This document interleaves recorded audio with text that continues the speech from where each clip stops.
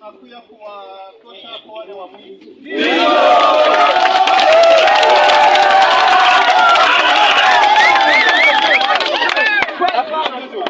Na wengine hakuna shida na Mungu. Hapana. Mzalendo ni waloko yetu. Wale wako yetu wafundishe kisoda ya bien.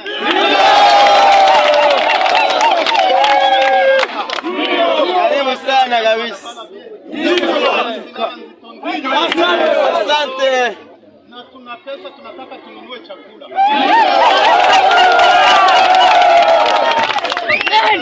Mnasikia? Ndio. Yake hakuna mwatangia mnyumba ya mtu.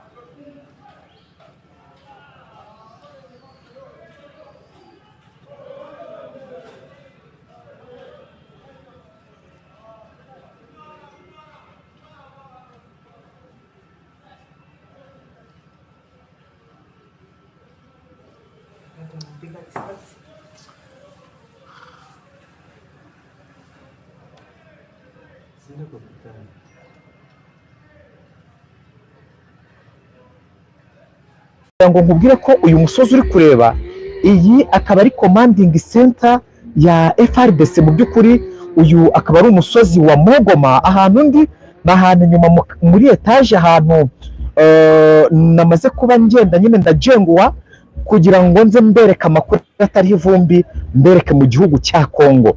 Amasasu rero turayumva ahangaha turayareba ruguru. mu by'ukuri ahangaha za Kibati aho amasasu avugira kugera ahangaha muri Rompwe Sinyerse ntabwo byagutwara iminota 10 ugenda n'amaguru.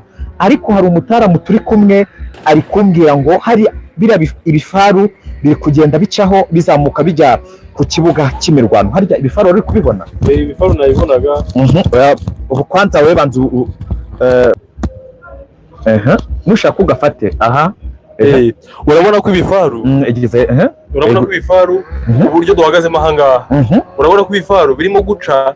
abazi neza uyu mujyi wa Goma barabona hari rompwe iri ni inzira isa nk'izamuka muri Virunga.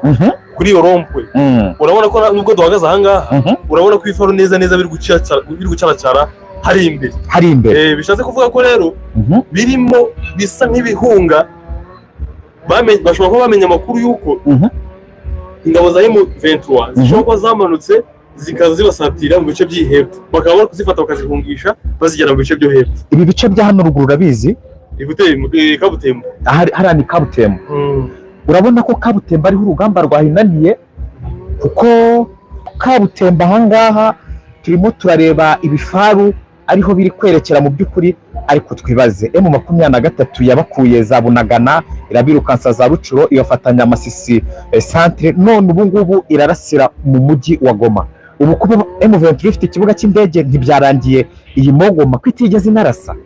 Oya nukuvuga ngo byatangajwe n'umutwe wa M23 wavuze ko watanze itangazo abenshi mwabibonye mwayibonye ku kinyamakuru cyacu ariko ni ukuvuga ngo itangazo uburyo babitangajemo bigaragaza ko badashaka ko uyu mujyi bawurwaniramo bashaka kugira ngo bawuzemo bagaragaza ko badashaka ibintu by'imirwano bavuze ko ingabo za Kongo na za Wazalendo havuyemo FDLR ko bagomba gushira intwaro hasi bakiyunga ku mutwe wa M23 bakigobotora ubutegetsi bwahora mu president Tshisekedi. Aha, ubwo rero ukitubwira njyewe nza twatuzu twa communication twa FARDC wabonaga ko batumanutsemo bicaye bameze nkaho ari imfubyi mu by'ukuri ubona ko n'imbunda bari kuzihisha ariko amakuru mfite aha ku kibuga cy'indege haruguru za Kibati aha za Kanyarucinya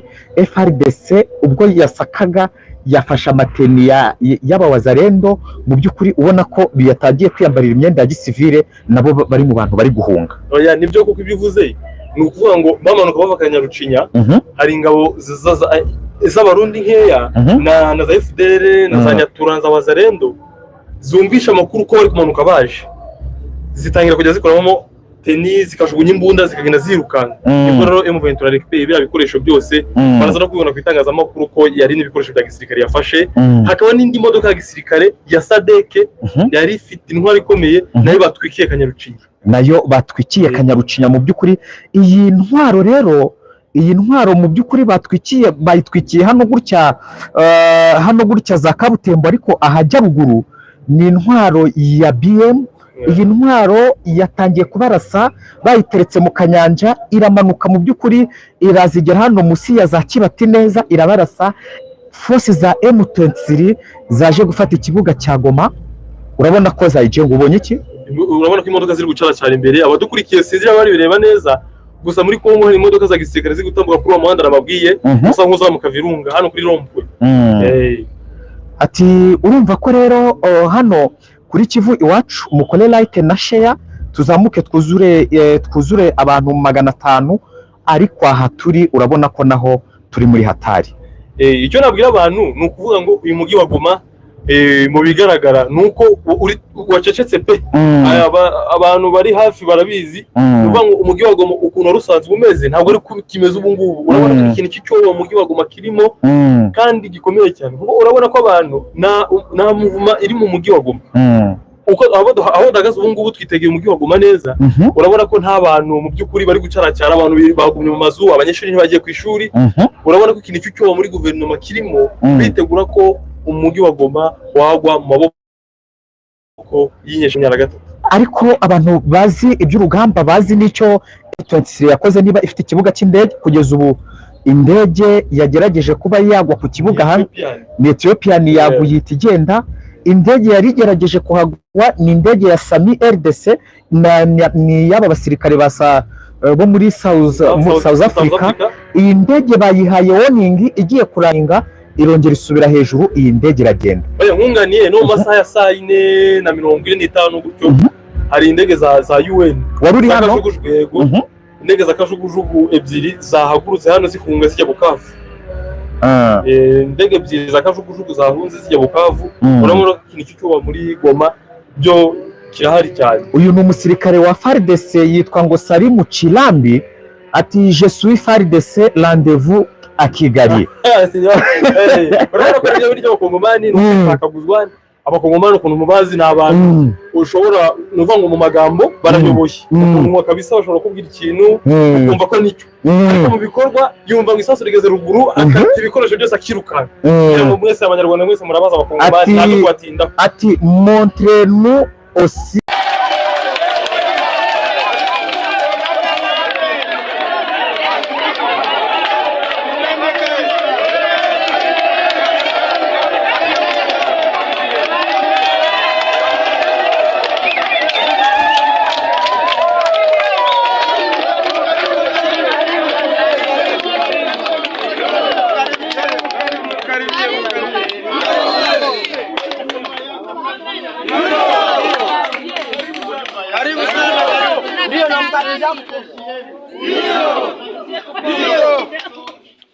Nakuya kuwatosha kwa wale wa mwingi.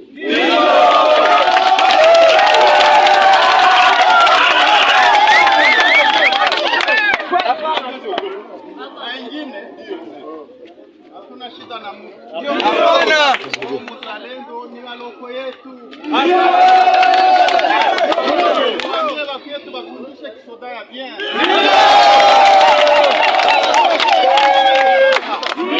Karibu sana kabisa. Asante. Na tuna pesa, tunataka tununue chakula.